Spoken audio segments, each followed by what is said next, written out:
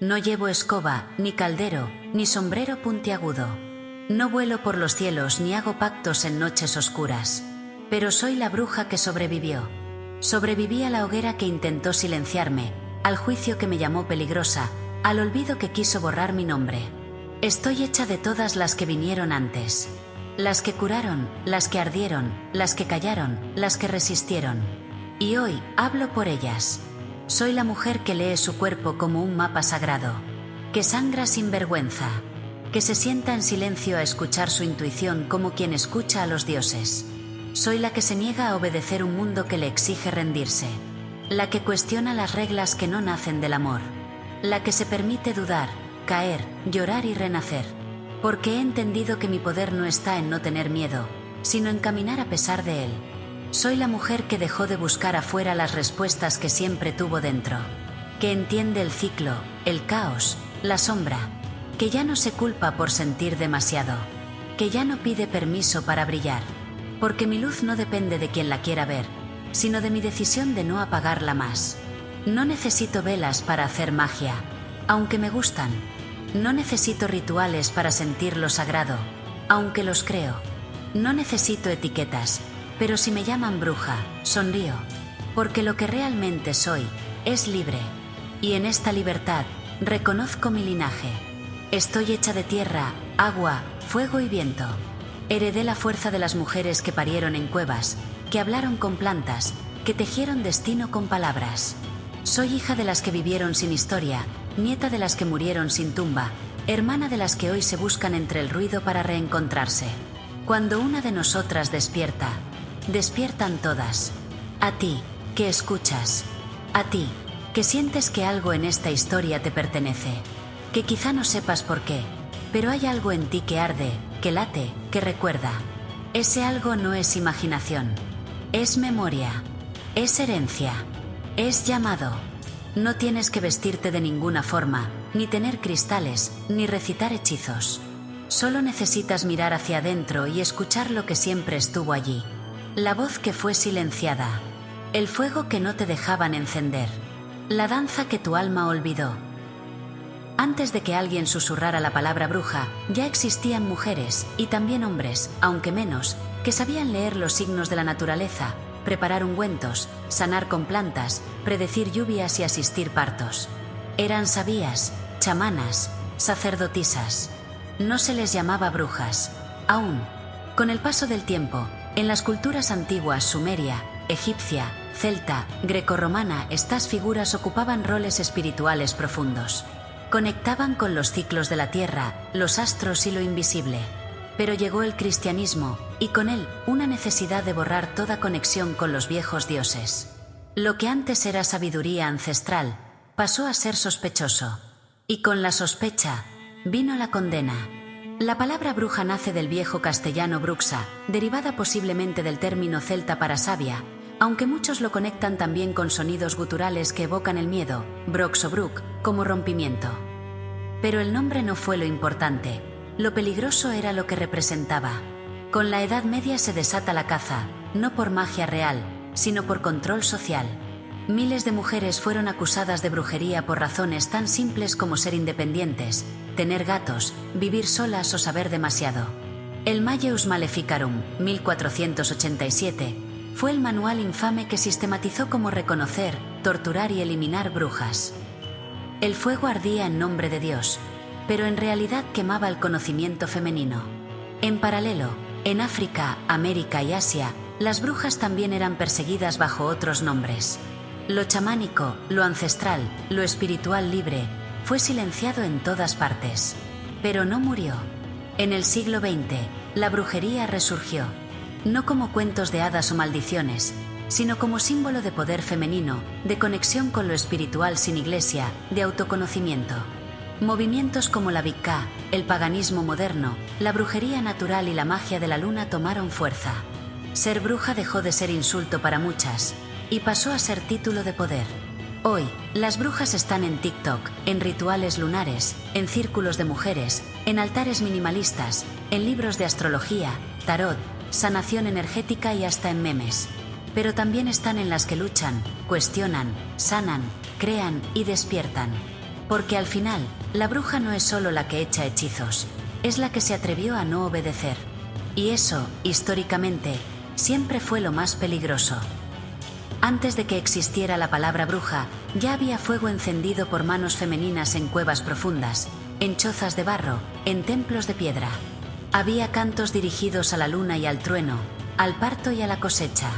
Había ojos que leían los signos del cielo sin necesidad de libros, pies descalzos que sentían la vibración de la tierra, manos que curaban más por intención que por ciencia. Nadie las llamaba aún brujas, porque aún no eran temidas. Eran las sabias, las que comprendían el lenguaje de lo invisible, las que no se arrodillaban ante dioses ajenos, porque su altar era el bosque, el río, el cuerpo.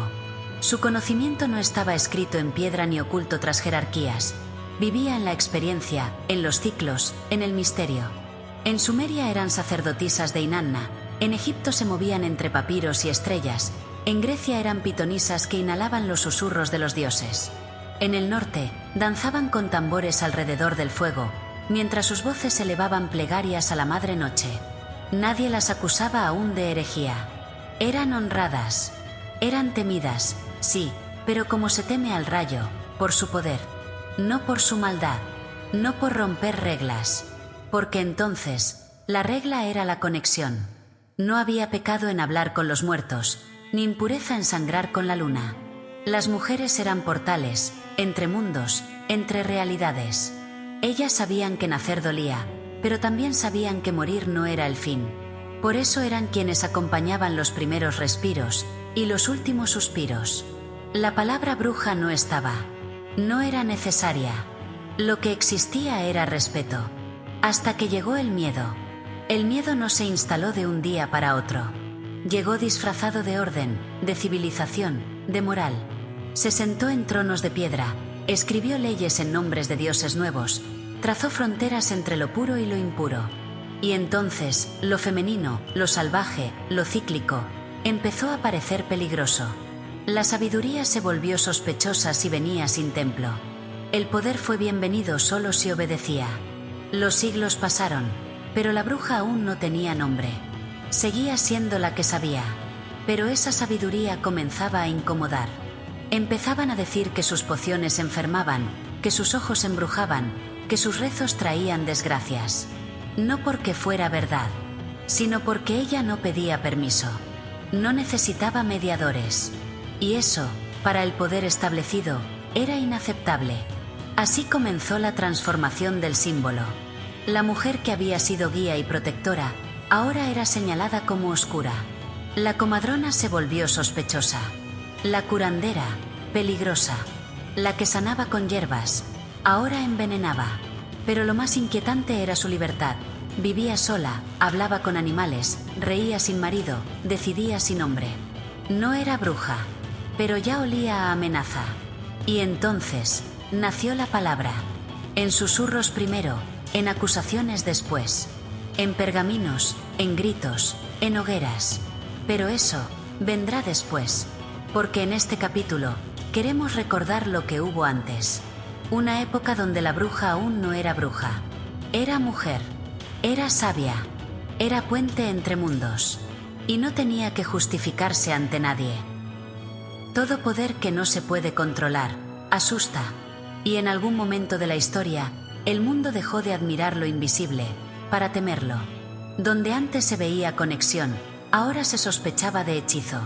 Donde antes había reverencia, ahora se imponía juicio. Así comenzó el nacimiento del miedo, no como un accidente, sino como un proyecto. Un proyecto que transformaría a las sabías en brujas, y al fuego en castigo. La llegada del cristianismo no fue, al inicio, una amenaza directa. Pero a medida que se consolidó como religión oficial en Europa, comenzó a barrer con todo lo que oliera a antiguo, a pagano, a sagrado femenino.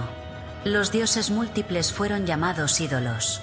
Los rituales lunares, supersticiones. Las sacerdotisas, herejes.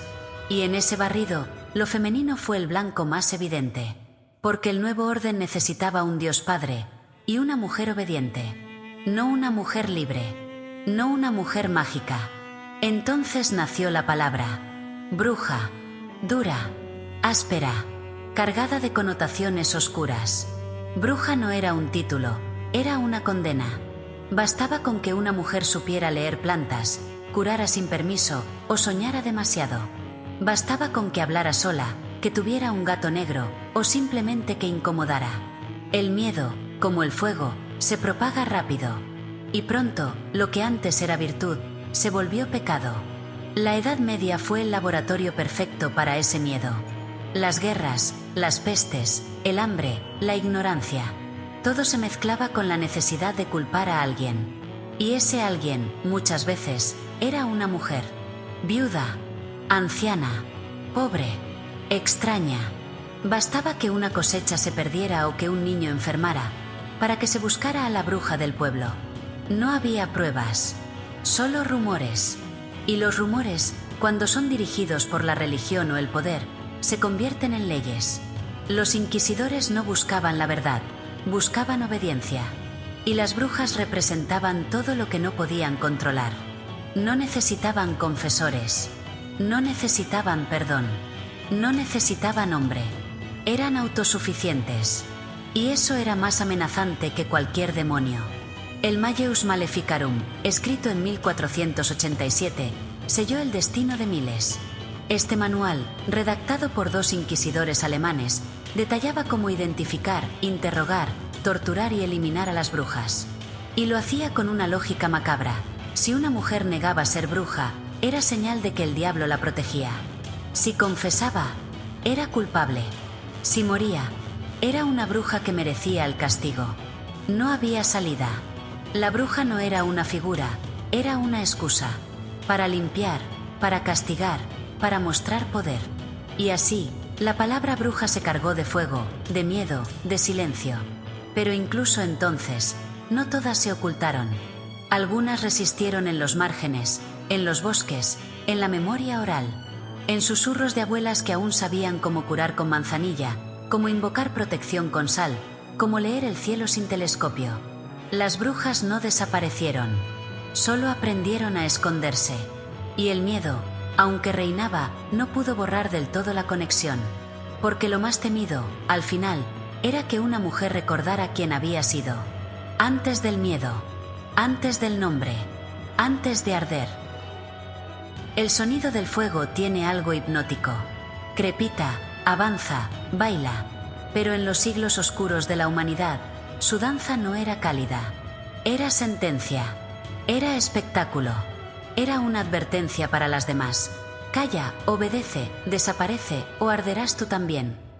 Durante más de 300 años, la figura de la bruja fue utilizada como excusa para perseguir, castigar y eliminar a miles de personas, la mayoría mujeres. No por magia, no por volar en escobas, no por adorar al diablo, sino por vivir fuera de los márgenes aceptables, por no encajar, por pensar, por hablar, por saber. Los juicios por brujería no eran juicios, eran trampas. Comenzaban con una acusación, a veces de un vecino, otras de un sacerdote, incluso de un familiar. Bastaba una palabra mal dicha, una mirada interpretada como mala intención, un sueño perturbador que alguien decidiera atribuir a una maldición. Las pruebas eran absurdas: marcas en la piel, tener hierbas secas, conocer remedios, mostrar independencia. En algunos casos, lo que condenaba era tener un lunar, o parir sin ayuda, o parir con demasiada facilidad. La tortura era parte del procedimiento. No se buscaba la verdad, se buscaba la confesión. Y bajo el peso del dolor, de la vergüenza, del terror, muchas confesaban lo que nunca habían hecho. Inventaban pactos con el diablo, describían aquelarres que jamás existieron, nombraban a otras mujeres solo para que el tormento acabara. La Inquisición no necesitaba pruebas, solo necesitaba nombres. Cada hoguera alimentaba a otra. En Salem, en América, la paranoia alcanzó su punto máximo. Jóvenes gritando, visiones inducidas, juicios sin razón. Se sembró el miedo como se siembra trigo. Y se cosechó muerte. En Europa, Alemania, Francia, España, Inglaterra, los casos se multiplicaron. Las víctimas no solo eran mujeres solas. También eran parteras, viudas, jóvenes bellas, ancianas sabias, madres sin esposo, mujeres con voz. Porque en el fondo, no se juzgaba la brujería, se juzgaba la diferencia. Las llamas no eran solo físicas, también eran simbólicas. Quemaban libros, creencias, palabras. Se borraban genealogías, se silenciaban linajes enteros de sabiduría femenina. Se desdibujaba la historia real para imponer una historia oficial, la del miedo, la del pecado, la del castigo. Pero en las sombras, en los susurros, en los cuentos que sobrevivieron, las voces resistían. Mi abuela decía que no tirara la sal. Mi madre hablaba con la luna. Mi hermana soñó lo que iba a pasar. La sabiduría no murió. Se enterró, como una semilla que espera el momento para volver a brotar. La bruja no ardió.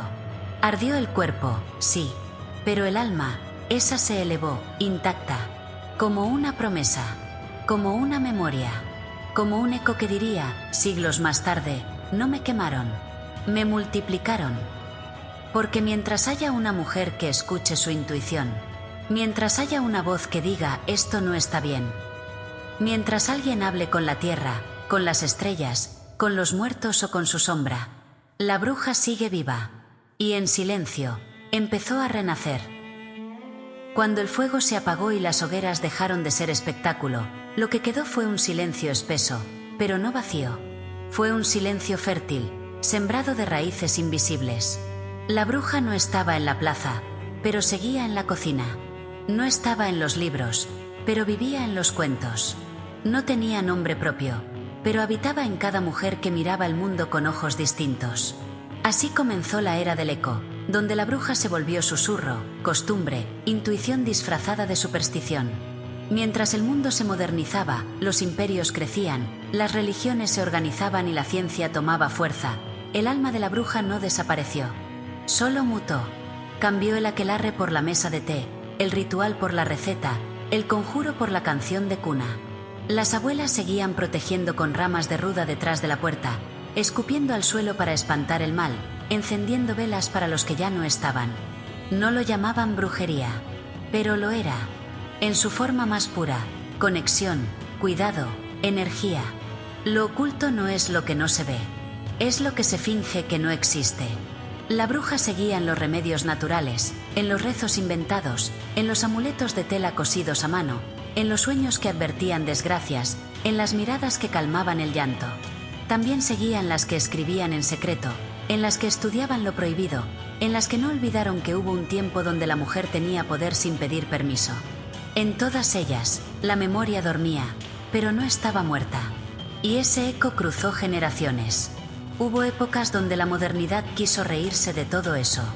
Llamaron brujas a las que usaban hierbas. Ridiculizaron lo espiritual.